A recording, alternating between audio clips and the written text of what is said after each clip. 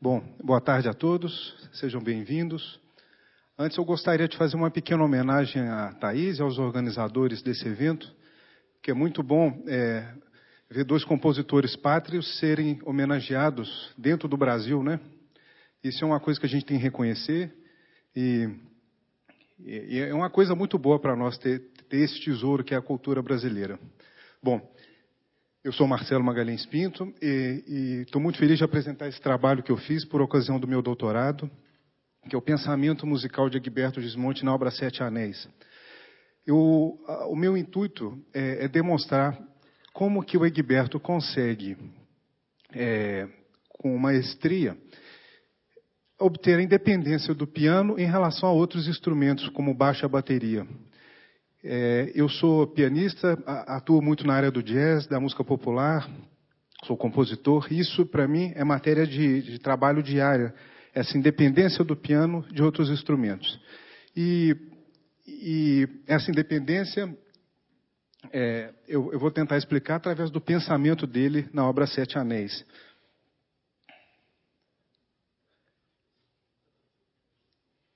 Bom, a peça é uma peça que é dividida em três partes.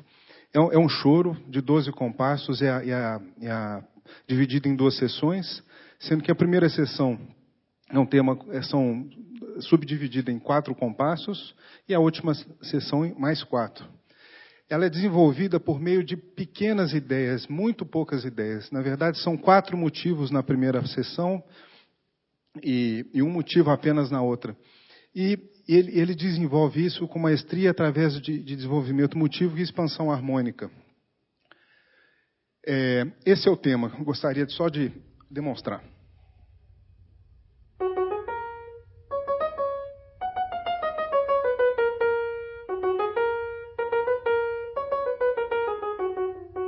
Repete.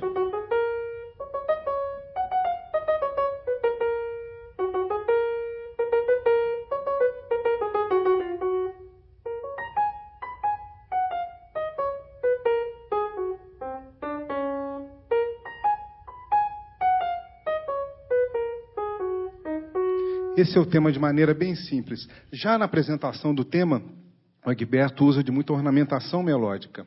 As características principais da exposição do tema.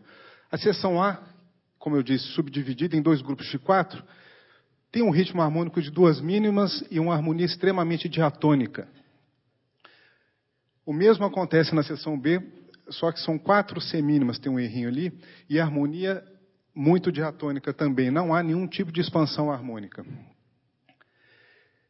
Esses são os primeiros 3 motivos que eu mencionei. O primeiro motivo é aquele ali, uma anacruse, que, aliás, o anacruse é uma característica muito forte no choro. Essa peça é um choro. O motivo B, as semicolcheias descendentes, e o motivo C, o ritmo do choro, que permeia toda a seção 1 e 3. Eu fiz a divisão da mão esquerda em 2 partes, porque uma das razões que o Egberto consegue transmitir a energia de grupos instrumentais apenas no piano é através da divisão da mão em vozes distintas. Reparem, as notas com círculo, elas representam a linha de baixo. E as notas que não estão circuladas, elas projetam a harmonia.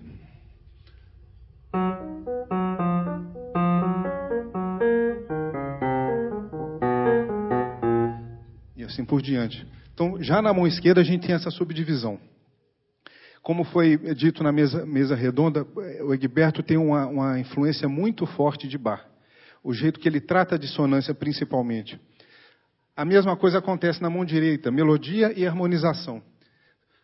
Vocês lembram que eu toquei só essas notas que estão em círculo na exposição do tema, justamente por causa disso. Que as notas que não estão circuladas, elas já são a projeção da harmonia.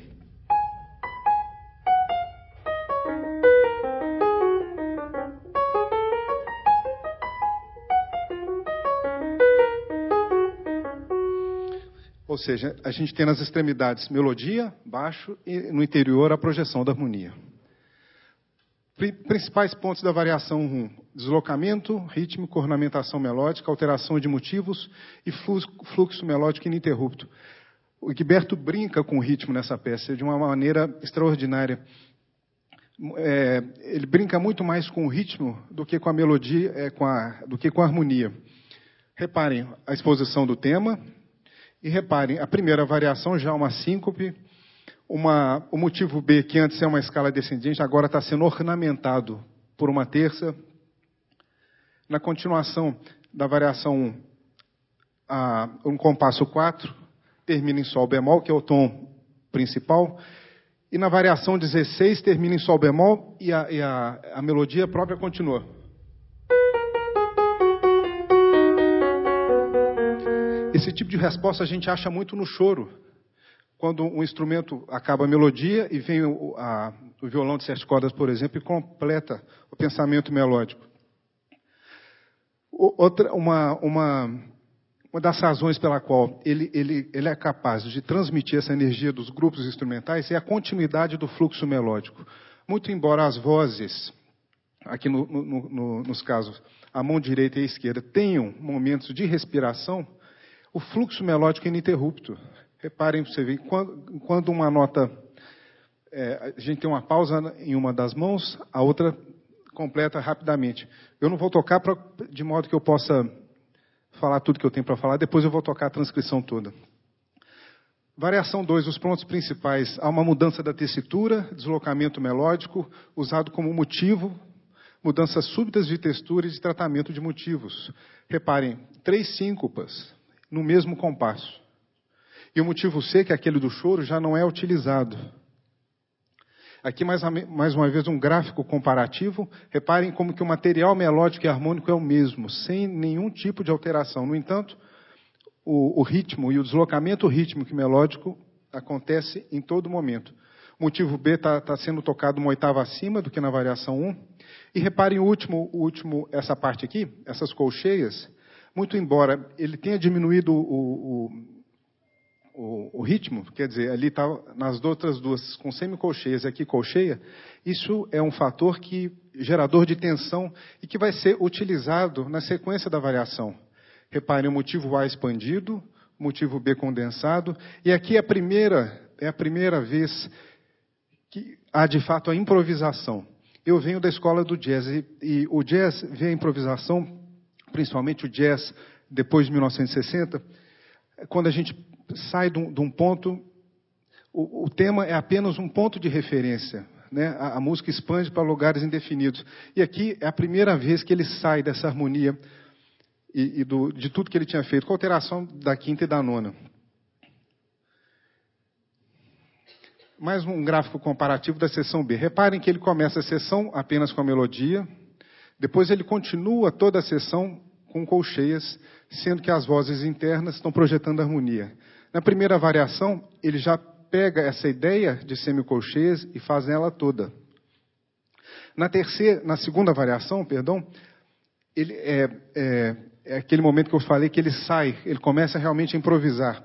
Há essa alternância de quiálteras de 3 e 6 sobre um ritmo de 4 semicolcheias. Polirritmia é outro aspecto muito importante na obra do Egberto. Essa parte central é idêntica, e aqui, muito embora ele mude a configuração melódica, a estrutura harmônica é a mesma. A polirritmia que eu mencionei. Variação 3, ela estabelece uma conexão com a variação anterior. Essa aqui é a variação anterior na linha de baixo. Reparem que nada em Egberto é por acaso. Todo motivo, toda ideia tem um ponto de partida, ela acontece e tem uma resolução. Essa ideia que foi apresentada na variação anterior é repetida aqui, o que demonstra um pensamento da macroestrutura da obra. E ele realmente pensa como um discurso, como se fosse uma fala, né? Análise da melodia. O professor Fausto demonstrou, num trabalho que nós fizemos em conjunto, sobre o frevo, da relação dele com Bach. E o grande ponto do barroco é o tratamento da dissonância. E aqui, Egberto demonstra, na minha visão, uma conexão muito forte, porque ele lida principalmente com notas de passagem, suspensões e antecipações. Tudo isso é fator de geração de tensão. Um gráfico comparativo da seção A, reparem como que o ritmo, muito embora tenha diminuído, a tensão está sendo aumentada, a utilização das colcheias, que começou na variação anterior, que continua nessa variação toda, e o anacruse para a seção B aqui. Variação 4, ele continua com essa ideia de aproveitamento de ideias anteriores e ele faz uma modulação. Reparem que ele começa a variação usando elementos da seção B, que é aquele desenho de semicolcheias. E essa é a menor das variações, porque ele não vai para a seção B, ele faz uma escala, mais um, por favor, que cai na variação 5, em Sol maior. Nós estávamos em Sol bemol, vai para o bemol 2. E é interessante que essa variação ela tem uma atividade, possui uma menor atividade rítmica e melódica, e tem um caráter mais melódico do que rítmico. Mais um, por favor. Aqui pifou. Reparem que é só colcheias, e novamente extremamente diatônico. Pode passar, por favor. No compasso 60, reparem que ele continua utilizando a subdivisão das mãos, da mão em duas vozes. Mais um, por favor. Pode passar. A seção B, que reparem o compasso 9, ele retoma essa ideia do início, só com essas extremidades do ritmo do choro. No entanto, mais um, as notas que ele utiliza na mão esquerda fazem uma conexão direta com o tom original da obra. E eu vejo uma conexão muito clara com Beethoven. Beethoven, nada é por acaso. Se ele põe uma apogeatura alterada, isso tem a ver com o caminho harmônico que ele vai fazer. E o Egberto usa isso aqui. Essas notas circuladas pertencem à escala de Sol bemol, que estão sendo tocadas juntamente com o Sol maior, o que implica no retorno da tonalidade principal ou anuncia uma textura futura. Pode passar. Pode passar. Bom, a última variação foi em Sol maior. Agora chegamos na seção 2, que continua em Sol. Até que ele chega naquele último compasso e põe um Dó sustenido, o que sugere um Sol lídio. Eu fiz a análise aqui que no compasso 72, isso pode ser analisado tanto em Sol bemol quanto em Sol. E ele apresenta agora o motivo D, que é aquele ali. Pode passar. Ele continua com o desenvolvimento, apresenta o motivo C na mão esquerda, o que tem essas possíveis implicações harmônicas, Lá mixolídio, adórico ou Sol bemol 7 com a nona alterada.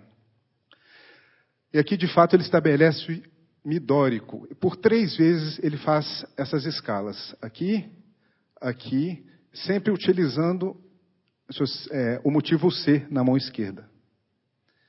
O motivo D, que é esse aqui, agora vira cluster. E a mão esquerda agora vem para um Lá mixolídio. Pode passar? Volta. Pode passar. O motivo D continua. Agora ele vem com essa linha de baixo aqui, que me lembra muito a linha de baixo que César Camargo Mariano usa. E ele começa com essa célula, volta para o motivo C, desenvolve essa célula dentro do midórico e desenvolve ainda mais essa célula mais uma vez. E agora, esse é o ápice dessa utilização do contraponto e do tratamento da dissonância. Porque a gente tem aqui 3 vozes distintas e a implicação do baião. Agora em Lá lídio, olha que coisa. Volta o motivo D, agora nas 2 mãos. E aqui volta o motivo C, que já está anunciando o retorno ao tom original. E é interessante como é que ele faz esse retorno para Sol bemol. Ele chega em Lá suspenso, faz a modulação por terça menor, vai para Dó suspenso e por similaridade de notas, chega a Sol bemol. E a variação 6 e 7, pode passar? Eu fiz o gráfico comparativo de todas essas variações. A variação 6, muito embora ela seja toda em semicolcheias, ela é, de todas, a mais lírica. O tempo dela harmônico é bem reduzido. Lembra até algumas coisas de Rachmaninoff, pelo estilo de piano. E a variação 7 é muito similar à variação 1. Pode passar. Mais uma vez? Pode passar. Pois é, aí acaba a música. Eu vou tocar agora para vocês essa transcrição que eu fiz da obra Sete Anéis, gravada no disco Alma. E vou contar com a virada de página do professor Fausto aqui.